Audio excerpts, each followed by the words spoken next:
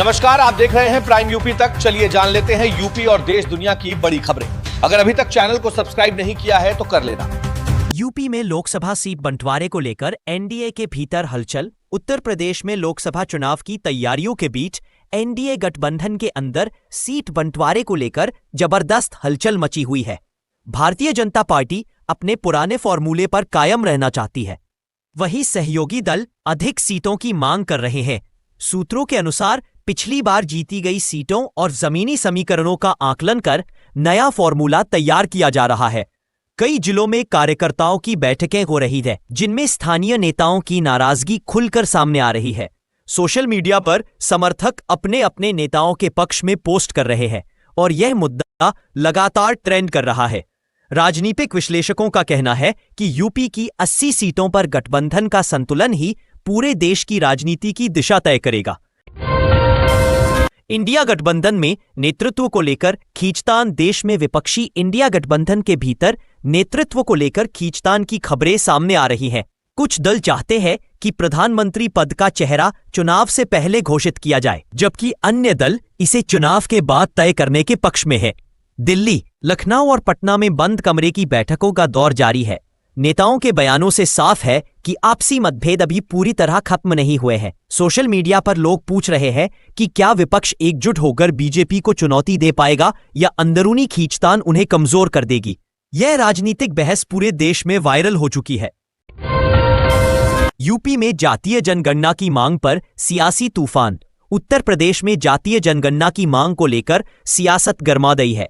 Samajwadi party और कांग्रेस लगातार सरकार से इस पर कदम उठाने की मांग कर रही है, जबकि बीजेपी इसे राष्ट्रीय स्तर पर नीति का विषय बता रही है। प्रदेश के कई जिलों में रैलियां और धरने हो रहे हैं।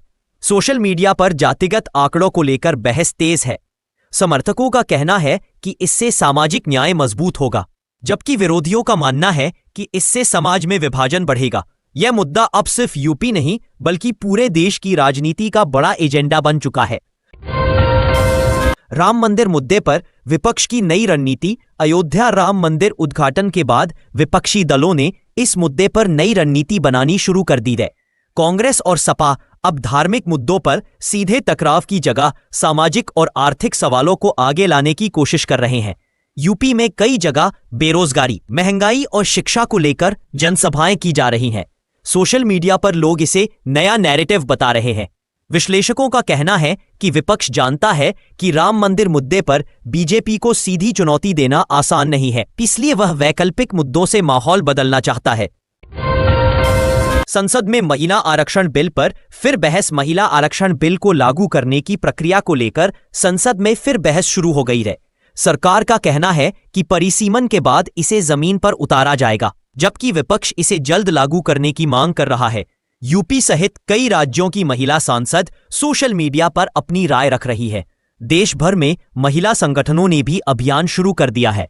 यह मुद्दा राजनीतिक गलियारों में ही नहीं बल्कि आम जनता के बीच भी वायरल हो चुका है। यूपी में मंत्रिमंडल विस्तार की अटकलें। उत्तर प्रदेश में मंत्रिमंडल विस्तार को लेकर अटकलों का बाजार गर्म है। कई विधायक लंबे समय से मंत्री बनने की उम्मीद लगाए बैठे हैं।